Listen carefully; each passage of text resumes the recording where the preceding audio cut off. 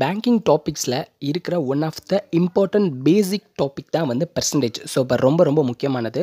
So இப்போ percentage அப்படின்றத நம்ம எப்படி பார்ப்போம், அதாவது பெர்சன்டேஜ் சதவீதம், சதம், 100 அப்படின்றது தான் வந்து அந்த பெர்சன்டேஜோட அடிப்படையே. கரெக்டாக? ஸோ இப்போ எவ்வளோ பெரிய என்லார்ஜ் நம்பராக இருந்தாலும் ஃபஸ்ட்டு 100க்கு எத்தனை பர்சன்டேஜ்னு சொல்லிட்டு பார்த்துட்டு அதுக்கடுத்து தான் அந்த மொத்த வேல்யூக்கும் நம்ம பார்ப்போம். கரெக்டாக? ஸோ இப்போ ஃபார் எக்ஸாம்பிளுக்கு இப்போ நம்ம டுவெல்த் எக்ஸாம்ஸில் வந்து மதுரையில் இருக்க டிஸ்ட்ரிக்ட், அந்த மதுரை டிஸ்ட்ரிக்டில் வந்து மொத்தமாக வந்து 90% பேர், 90% பேர் வந்து பாஸ் ஆயிருக்காங்க. அப்படின்னா என்ன, அதை எப்படி எடுத்து எழுதுவோம், 90 டிவைடட் பை 100 அப்படின்னு எழுதுவோம். கரெக்டாக? அதாவது இதுக்கு என்ன அர்த்தம், அதாவது 100ல் 90 பேர் பாஸ் ஆயிருக்காங்க. ஸோ இப்போ இதே வந்து மதுரையில் வந்து ஒரு 20,000 10,000 பேர் எழுதியிருக்காங்கன்னா, அப்போ ஃபஸ்ட்டு 100ல் 90 பேர் பாஸ் ஆயிருக்காங்க. அப்போ 100ல் 90 பேர்னா அப்போ அந்த 10,000க்கு எத்தனை பேர், டைரக்ட் ப்ரொபோஷனல். கரெக்டாக? ஸோ இப்படி தான் பெர்சன்டேஜோட ப்ராசஸ், அந்த இது கான்செப்ட் வந்து அரைவ் ஆகுது. ஓகேவா? ஸோ ஃபஸ்ட்டு வந்து 100, இந்த 100 தான் அடிப்படையான ஒன்று. ஸோ இப்போ 100ல் இப்போ எனக்கு 90% பாஸ் ஆயிருக்காங்க அப்படின்னா 100ல் 90 பேர் பாஸ் ஆயிருக்காங்க. அப்போ ஓவராலாக 10,000 பேர்த்தில் எத்தனை பேர் பாஸ் ஆயிருப்பாங்க அப்படின்னு சொல்லிட்டு கால்குலேட் பண்ணி எனக்கான ஆன்சர் வரும். கரெக்டாக? ஸோ இப்போ இது தான் பெர்சன்டேஜோட கான்செப்ட். ஸோ ஃபஸ்ட்டு நம்ம பேசிக்காக 100க்கு எவ்வளோ அப்படின்றது பார்ப்போம். 100க்கு எத்தனை பர்சன்டேஜ், 100ல் எவ்வளோ, ஸோ இப்போ 100ல் எத்தனை பங்கு, இப்படி பார்த்ததுக்கப்புறம் தான் ஹோலாக எவ்வளோ பெரிய என்லார்ஜ் நம்பராக இருந்தாலும் அதுக்கு தகுந்த மாதிரி பார்ப்போம். ஓகேவா? ஸோ இப்போ பேசிக் கான்செப்டே பெர்சன்டேஜில் இதுதான். ஸோ இப்போ 20% அப்படின்றத எப்படி எழுதுவோம், ஸோ இப்போ மேத்தமெட்டிக்கலாக பார்த்தோம்னா 20/100. கரெக்டாக? ஸோ இப்போ இப்படி தான் வந்து எழுதுவோம். ஸோ இப்போ அதே மாதிரி 50% அப்படின்றது 50/100. ஸோ இப்போ 25 அப்படின்றது 25/100. அப்போ அதாவது 100 அப்படின்றது பேசிக் இப்போ தான் பார்த்தோம். அதாவது 100ல் எத்தனை அப்படின்றத தான் ஃபஸ்ட்டு பார்ப்போம். ஸோ வந்து அதே மாதிரி தான். ஸோ இப்போ 12.5%னாலும் 12.5 டிவைடட் பை 100. ஸோ இப்போ இந்த மாதிரி தான் நம்ம எடுத்து செய்வோம். கரெக்டாக? ஸோ இப்போ பார்ப்போம். ஸோ இப்போ 50ல் எனக்கு 20% அது எவ்வளோவா இருக்கும், அப்போ நான் ஃபஸ்ட்டு என்ன பண்ணுவேன், 100ல் 20 எவ்வளோ அப்படின்றத கண்டுபிடிப்பேன். அப்படியே அதுக்கு அப்புறமா 50 கண்டுபிடிச்சிருவேன். கரெக்டாக? 50க்கு எவ்வளோன்னு சொல்லிட்டு அதை நான் இந்த மாதிரி தான் ரெப்ரசென்ட் பண்ணுவேன். கரெக்டாக? ஸோ இப்போ 50 × 20/100. ஸோ இப்போ 100ல் 20 எவ்வளோ அப்படின்ற அந்த வேல்யூ இன்டூ 50. கரெக்டாக? ஸோ இப்போ இதுதான் பேசிக்காக நம்ம வந்து பண்ணுறது. ஓகேவா? ட்ரெடிஷ்னலாக பண்ணிக்கிட்டு இருக்க மெத்தடே இது தான். ஸோ இதை சால்வ் பண்ணோம்னா நம்மளுக்கு வந்து 10 கிடைக்கும். ஸோ இப்போ அதே மாதிரி ஸோ ஒவ்வொன்றுக்கும் 100ல் 20% சேம் அதே மாதிரி தான். அப்போ 20ன்னு வந்துடும். ஸோ இப்போ அதே மாதிரி 70ல் 30% சொல்லும் போது same 70 × 30/100. So is equal to 21. So இப்போ இது எல்லாமே வந்து நம்ம ட்ரெடிஷ்னலாக யூஸ் பண்ணிக்கிட்டு இருக்க மெத்தட். ஓகேவா? இப்படி தான் நம்ம சால்வ் பண்ணுவோம். பட் இதையுமே இன்னும் டீப்பாக ட்ரிக்கியாக எப்படி செய்கிறது. ஸோ இப்போ 20% அது அப்படி எப்படி எழுதணும், 20 டிவைடட் பை 100 எழுதணும். ஸோ கரெக்டாக? ஸோ அப்போ இதை அடிச்சு கொடுத்து என்ன வரும், 1/5. கரெக்டாக? ஸோ இப்போ இன்னும் கொஞ்சம் ஈஸியாக இருக்கும். அப்போ இப்போ 50ல் 20% அப்படின்றது எப்படி எழுதிக்கலாம், 50 × 1/5 இஸ் ஈக்குவல் டு 10 அப்படின்னு சொல்லிட்டு ஈஸியாக வந்துடும். இல்லை இதுக்கு இன்னும் உண்மையிலே என்ன தான் அர்த்தம் அப்படின்னு பார்த்தோம்னா, 50ல் 20% அப்படின்றது 50ல் 5ல் ஒரு பங்கு. அதாவது 50 5 பங்காக பிரிச்சுட்டு அதில் ஒரு பங்கு தான் எனக்கு 50ல் 20% அப்படின்னு சொல்லிட்டு வரும். கரெக்டாக? உங்களுக்கு புரியும் அப்படின்னு சொல்லிட்டு நினைக்கிறேன். ஸோ இதுதான் கான்செப்ட், இதுதான் ரியலாக பெர்சன்டேஜ் அப்படின்றதுக்கான கான்செப்ட். ஸோ 20%, 100ல் 20 அப்படின்றது என்னன்னு பார்த்தோம்னா, அதை நம்ம சால்வ் பண்ணோம்னா 1/5 அப்படின்னு சொல்லிட்டு. 1/5னா என்னது, மொத்தம் 5 பார்ட். நான் அந்த 100 பார்ட்டையும் நான் 100ன்னு அதையுமே நான் பெருசாக வச்சுக்காம அந்த 100ஐயும் சுருக்கி 5 பார்ட்டாக வச்சுக்கிறேன். அப்போ 5ல் ஒரு பார்ட்டு தான் எனக்கு 100ல் 20 பார்ட்டுக்கு சமம். அவ்வளோதான், எனக்கு முடிஞ்சு, பெர்சன்டேஜோட கான்செப்ட் முடிஞ்சு. ஸோ இதே மாதிரி தான் அடுத்து 10% அப்படின்னா என்னது, 100ல் 10ன்னு பார்ப்போம். ஆனால் எனக்கு அவ்வளோ பெருசாக வேணாம், 10ல் 1 அதுதான் எனக்கான 10%. அப்போ இதையுமே சிம்பிள் எப்படி சொல்லிடலாம். ஸோ இப்போ நான் 100ல் 10% அப்படின்னு சொல்லிட்டு பார்க்குறேன்னா, அப்போ 100ஐ 10 பார்ட்டாக பிரிச்சுட்டு அதில் ஒரு பங்கு. அப்போ 10ல் ஒரு பங்குன்னு என்ன அர்த்தம், அந்த 10ல் ஒரு பங்கு, 100ஐ 10ஆக பிரிச்சுட்டு அதில் ஒரு பங்கு, அதுதான் எனக்கான ஆன்சராக இருக்கும். ஸோ இப்போ அதே மாதிரி 25% சேம் இதே தான். ஸோ இப்போ 25னா 25/100 எழுதுவோம். ஸோ இப்போ இதை சால்வ் பண்ண என்ன வரும், 1/4 வரும். அப்போ இதுக்கு என்ன அர்த்தம், 100ல் 25 அப்படின்றது என்ன அர்த்தம்னு பார்த்தோம்னா 4ல் ஒரு பங்கு. கரெக்டாக? ரொம்பவே சிம்பிளாக நம்மளுக்கு கண்டிப்பாக ஜென்ரல் கான்செப்ட் தான், நம்ம அன்றாட வாழ்க்கையில் பார்த்துக்கிட்டு இருக்க ஒன்று தான்.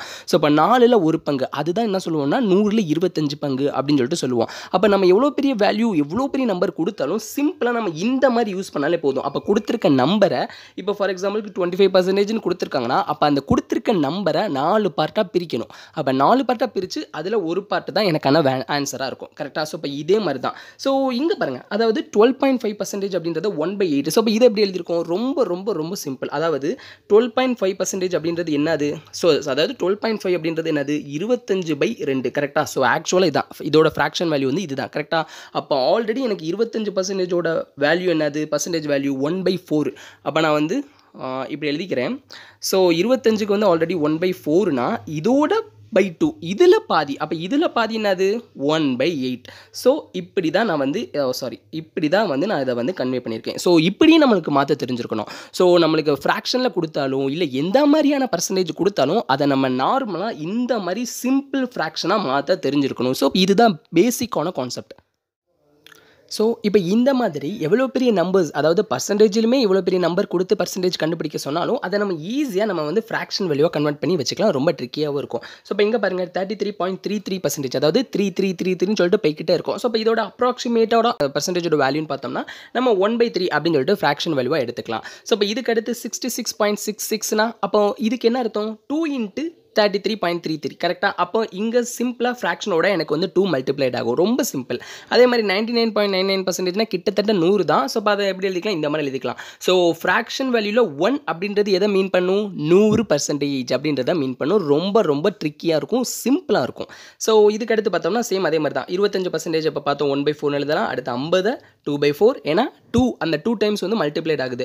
அதே மாதிரி 75% 3/4 எழுதலாம். அண்ட் 100 4/4 அது இஸ் ஈக்குவல் டு 1. ஸோ பாருங்களேன் 1 அப்படின்றது காமனாக 1 அப்படின்றது 1 தான். ஆனால் அந்த பர்டிகுலராக கொடுத்துருக்க அந்த டைப் ஆஃப் பர்சன்டேஜை பொறுத்து நம்மளுக்கு வேரி ஆகுது. ஸோ இப்போ இங்கே 1 அப்படின்றது 4/4ன்றதை மென்ஷன் பண்ணுது, இங்கே 3/3 அப்படின்றத மென்ஷன் பண்ணுது. ஸோ இப்போ இதே மாதிரி தான் 20% 40%க்குலாம் சேம் ஒரு ஆர்டராக வரும். ஸோ நம்ம படிக்கிறது இந்த மாதிரி நம்ம படிச்சுக்கலாம், ரொம்ப ஈஸியாக புரிஞ்சுக்கலாம். அப்போ 20%னா 1/5. 1/5னா என்ன அர்த்தம், 5ல் ஒரு பார்ட்டு, ஒரு பங்கு. எவ்வளோ பெரிய நம்பர் கொடுத்தாலும் அதை வந்து நான் 5 பார்ட்டாக பிரித்து அதில் ஒரு பங்கு தான் எனக்கான பர்சன்டேஜ் வேல்யூவாக எடுத்துக்குவேன். ரொம்ப சிம்பிள். ஸோ இப்போ அதே மாதிரி 60%னா 3/5, 80%னா 4/5, 100%னா 5/5. ஸோ இப்போ அந்த கரெக்டாக அந்த கான்செப்ட் பாருங்க. 3/1 3னா 1, 4/4னா 1, 5/5னா 1. அந்த 1ன்றது 100%ஆக மென்ஷன் பண்ணுது, அவ்வளோதான். ஸோ இப்போ இதே மாதிரி 125%னா 100க்கு மேலே போகுது, ஒன்றுமே பிரச்சனை இல்லை. சேம் அதே மாதிரி தான் சிம்பிளாக இந்த இதை நான் அடித்து கொடுத்து ஃப்ராக்ஷன் வேல்யூவாக கையில் வச்சுக்குவேன், அவ்வளோதான். ஸோ இப்போ எவ்வளோ பெரிய நம்பர் கொடுத்தாலும் அதுக்கு நான் 125% கண்டுபிடிச்சேன்னா அந்த 125%ன்றதை நான் எப்படி கன்வெர்ட் பண்ணிட்டேன், 5/4ன்னு எடுத்துக்கிட்டேன். ஃபார் எக்ஸாம்பிளுக்கு இப்போ நான் 100ல் நான் வந்து 125% கண்டுபிடிக்கணும் அப்படின்னு சொல்லிட்டு நான் சொல்கிறேன். அப்போ ரொம்ப சிம்பிளாக என்ன சொல்லிடுவேன், 100 × 5/4 அப்படின்னு சொல்லிட்டு போட்டுட்டு ஸோ இப்போ இதை கேன்சல் பண்ணினா எனக்கு ஆனால் ஆன்சர் வந்து 125 அப்படின்னு சொல்லிட்டு கிடச்சிரும். அப்படி இல்லைனா சேம் நான் 125/100 போட்டுட்டு இதை எதுவும் கேன்சல் பண்ணாலும் 125 கிடச்சிரும். ஸோ நம்மளுக்கான கன்வீனியன்ஸை பொறுத்து இந்த கான்செப்டை நம்ம வந்து பில்ட் பண்ணிக்கணும், ஓகேவா. ஸோ இப்போ அதே மாதிரி தான் 140%னாலும் 7/5 அப்படின்னு சொல்லிட்டு எடுத்துக்கலாம். அடுத்து 37.5%, இதையுமே அதே தான் 3/8. 3/8. ஸோ இப்போ இங்கே நம்ம பார்த்தோம்னா 12.5% அப்படின்னு சொல்லும்போது இது வந்து 25%ஓட பாதின்னு பார்த்தோமா. ஸோ இப்போ அதே மாதிரி தான் இந்த 37.5%ன்றது வந்து 75%ஓட பாதி. அப்போ 75%ன்றது என்னது 3/4. 3/4ல் பாதி என்னது 3/8. ஸோ இப்படி தான் எடுத்துக்கிறோம். ஸோ இப்போ கொடுத்துருக்க அந்த பர்சன்டேஜை நம்மளுக்கு கன்வீனியன்ஸாக மாற்ற தெரிஞ்சிருக்கணும். ஸோ அதுதான் பேசிக்கான ஒரு பிரின்சிபல்னே சொல்லலாம், ஓகேவா. ஸோ எப்படி பர்சன்டேஜ் கண்டிப்பாக வந்து ஒரு மிங்கிளாக குழப்பி கொடுத்துருப்பாங்க, பட் அதை நம்மளுக்கு தெரிஞ்ச ஃபார்மில் மாற்ற தெரிஞ்சிருக்கணும். ஸோ இப்போ பெர்சன்டேஜில் இன்னொரு சிம்பிளான ஈஸியான ட்ரிக்கு பார்க்கலாம், ஓகேவா. அது எப்படி கண்டுபிடிக்கிறதுன்ட்டு. ஸோ இப்போ 100ல் 10%. ஸோ இப்போ 100ல் 10% எப்படி கண்டுபிடிக்கிறோம், இந்த ட்ரிக்கில் பார்த்தோம்னா சிம்பிள், ஒரு சைவருக்கு ஒரு சைவர். So answer 10. ஸோ 100ல் 10% என்னது 10 ரூபா தானே. ஸோ கிடச்சிருச்சு. ஸோ இப்போ இதே மாதிரி 100ல் 50%. 50% என்னது சேம், ஒரு சைவருக்கு ஒரு சைவர். ஸோ இப்போ 10 × 5 என்னது 50. ஸோ 100ல் 50%ன்றது 50 ரூபா தான். ஸோ இப்போ அதே மாதிரி 200ல் 70%. சேம் அதே மாதிரி ஒரு சைவருக்கு ஒரு சைவர். ஸோ 20 × 7 என்னது 140. ஸோ இந்த ட்ரிக் எப்படி யூஸ் ஆகுது, எப்படி நம்ம இதை புரிஞ்சுக்கலான்னு பார்த்தோம்னா ரொம்ப சிம்பிள் தான். அதாவது ஜீரோவை கேன்சல் பண்ணுறது மூலியமாக நம்மளுக்கு இந்த ட்ரிக்கை வந்து நம்ம ஈஸியாக புரிஞ்சுக்கலாம். ஸோ நல்லா கவனிச்சுக்கோங்க. 100ல் 100% அப்படின்றது என்னது, கண்டிப்பாக நம்மளுக்கு 100 தான் வரும். அதில் நம்மளுக்கு எந்த ஒரு சந்தேகமும் இருக்காது. ஸோ இப்போ இங்கே நான் என்ன பண்ணுறேன்னா 100ல் 100%ன்றது 100 தான்.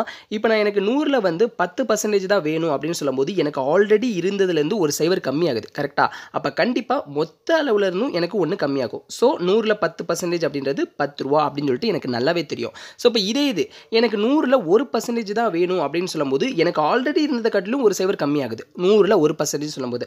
அப்போ இருந்த மொத்த அளவில் இருந்து ஒன்று கம்மியாகும். ஸோ இதுதான் எனக்கு 100ல் 1% என்னது 1 தான். ஸோ இந்த ட்ரிக் இப்படி தான் இந்த ட்ரிக் வந்து யூஸ் ஆகுது. ஓகேவா? ஸோ அந்த நம்ம ஜீரோவை கேன்சல் பண்ணுறதை பொறுத்து தான் நம்மளுக்கு வந்து ஈஸியாக அது வந்து பரிச்சயமாகும். ஓகே, ஸோ நெக்ஸ்ட் பார்ப்போம். ஸோ இங்கே பார்த்தோம்னா 150 அதே மாதிரி தான். 150ல் 150% என்னது சேம், ஒரு சைவருக்கு ஒரு சைவர் அடிச்சு கொடுத்துடலாம். அப்போ ஆன்சர் என்னது 225 அப்படின்னு சொல்லிட்டு வந்துடும். ஸோ இப்போ இங்கே பாருங்களேன், 140க்கு 15%, 140ல் 15% எப்படி கண்டுபிடிக்கிறது? ஸோ இங்கே நம்மளுக்கு ஜீரோ கேன்சல் பண்ணுற மாதிரியான ஐடியா அந்த இதே இல்லை, கரெக்டாக அந்த தடையுமே இல்லை. அப்போ இதை எப்படி யோசிக்கலாம்னு பார்த்தோம்னா ரொம்ப ரொம்ப ஈஸி. அதாவது இதை நம்ம ட்ரிக்கியாக எப்படி செய்கிறோம் அப்படின்னு பார்த்தோம்னா 15% அப்படின்றத 10 + 5 அப்படின்னு சொல்லிட்டு பிரிச்சுக்கிறோம். ஸோ நான் முதலே சொன்ன மாதிரி தான், எவ்வளோ பெரியன்ற மீன்ஸ் என்னன்னா, எப்படி தான் டிஃபிகல்ட்டாக இல்லை ஏதோ குழப்புற மாதிரி கேட்டாலும் அதை நம்மளுக்கு தெரிஞ்ச ஃபார்மில் அந்த நம்மளுக்கு கன்வீனியன்ஸான ஃபார்மில் மாற்ற தெரிஞ்சிருக்கணும். ஸோ இப்போ 15 வந்து நான் 10 + 5% பிரிச்சுக்கிறேன். அப்போ நான் ஃபஸ்ட்டு என்ன பண்ணுறேன், எனக்கு தெரிஞ்ச மாதிரி 10% கண்டுபிடிக்கிறேன். 10%ன்றது என்னது 14 ரூபாய், கரெக்டாக? அடுத்து 5% கண்டுபிடிக்கணும். 5%ன்றது என்னது 10%ல் பாதி தானே, 10ல் பாதி தானே 5. அப்போ இந்த 14ல் பாதி என்னது 7. ஸோ இது ரெண்டையும் கூட்டினா எனக்கு 140ல் 15%க்கான ஆன்சர் கிடச்சிரும். சாரி 14 + 7 வந்து 21. ஸோ எனக்கான ஆன்சர் கிடச்சிரும். அவ்வளோதான், இப்படி தான் கண்டுபிடிக்கிறோம். ஸோ அதே மாதிரி தான். ஸோ 140ல் 25% என்னது, அதே மாதிரி நான் இதை என்ன பண்ணுறேன்னா 20 + 5 பிரிச்சுக்கிறேன். ஸோ +5 பிரிச்சுக்கிட்டா அப்போ என்ன அர்த்தம், 20% என்னது 0 கேன்சல்னா 28 வரும். அடுத்து இந்த 28 + 5%ன்றது என்னது, அப்போ அந்த 10% ஆல்ரெடி 10 கண்டுபிடிச்சோம்ல, 10 என்னது 14 தான். அப்போ அந்த 14ல் பாதி என்னது 7. அப்போ இந்த 7 மல்டிப்ளை பண்ணி இது ஆட் பண்ணிடணும். ஸோ ஆன்சர் இதுதான். 140ல் 25% அப்படின்றது 35 ரூபி. அவ்வளோதான், ரொம்ப சிம்பிளாக முடிஞ்சிடும். ஸோ இந்த ட்ரிக்லாம் இப்படி தான் நம்மளுக்கு வந்து இந்த ட்ரிக்கை பொறுத்தளவு ரொம்ப சிம்பிளாக முடிஞ்சிடும். நம்ம பார்த்த ட்ரிக்கை காட்டிலும் இந்த ட்ரிக் நல்லாவே ஈஸியாக நம்மளுக்கு வந்து ஒரு பயங்கரமான ரிசல்ட்டை வேகமாகவே கொடுத்துரும். ஸோ இங்கே நம்ம பார்த்தது தான். இப்போ பாருங்களேன், 750ல் 1%. ஸோ இதை எப்படி புரிஞ்சுக்கிறது, நம்ம சொன்ன மாதிரி 100%ல் 100ன்னு சொன்னோம்னா அந்த மாதிரி. இப்போ நான் 750 எழுதுகிறேன். 750ல் 100% அப்படின்னு நான் சொல்கிறேன்னா என்ன அர்த்தம், எனக்கு சேம் 750 தான் வரும். ஆனால் இங்கே அப்படி இல்லாமல் 750ல் எனக்கு வந்து 1%ன்னு இருக்குது. அப்போ என்ன அர்த்தம், எனக்கு வந்து 2 சைவர் கட் ஆகுது, தெரியுதா? 2 சைவர். அப்போ நான் வந்து ஒரு சைவர் அடுத்து இன்னொரு சைவருக்கு பதிலாக இங்கே பாயிண்ட் வச்சுருவேன். ஸோ டெசிமல் பிளேஸ் தள்ளி வச்சுருவேன், கரெக்டாக? ஸோ இப்போ நார்மலாக நம்ம பேசிக் மேக்ஸில் நம்ம பார்க்குறது இதுதான். ஸோ இப்போ ஒரு 75 / 10ன்னா இப்போ நான் இதை அடித்து கொடுத்துட்டு இங்கே ஒரு புள்ளி வச்சாலே போதும். இதுதான் ஆன்சர், கரெக்டாக? ஸோ இப்போ இதை தான் இங்கே நான் பண்ணுறேன். அப்போ 750ல் 1% அப்படின்னு சொல்லும் போது எனக்கு 100%க்கு 2 சைவர் கட் ஆகிருக்கு, கரெக்டாக? அப்போ நான் 2 சைவருக்கு பதிலாக இங்கே ஒரு சைவர் அண்டு இங்கே ஒரு டெசிமல் பாயிண்ட். ஸோ இதுதான் எனக்கான ஆன்சராக இருக்கும். இதை மாதிரி தான். ஸோ நம்ம யோசிக்கிற பொறுத்து நார்மலாக இது வந்து புதுசாக இங்கேருந்து வந்த கான்செப்ட்லாம் நம்ம வந்து ஸ்கூல் லெவலில் படிச்சுட்டு வந்தது தான், முதலேருந்து படிச்சுட்டு வந்தது தான். ஸோ இப்போ இதை நம்ம இன்னும் ட்ரிக்கியாக அட்வான்ஸ்டாக இந்த எக்ஸாம்ஸுக்கு தகுந்த மாதிரியான ப்ரிப்பரேஷன் கொண்டு வரனால தான் கொஞ்சம் டிஃபிகல்ட்டிஸ் இருக்கும். ஸோ இப்போ இந்த ட்ரிக்கு, இந்த பெர்சன்டேஜ் கான்செப்ட், அந்த ஒவ்வொரு அந்த ஃப்ராக்ஷன் வழியெலாம் நீங்கள் வந்து புரிஞ்சுக்கலாம். மெமரைஸ் பண்ணுறதை கண்டிப்பாக மெமரைஸ் பண்ணி வச்சுக்கிறது நல்லது. போக போக நம்ம வந்து அடுத்தடுத்த சம்ஸ் போடும்போது தெரிஞ்சுக்கலாம். ஓகே.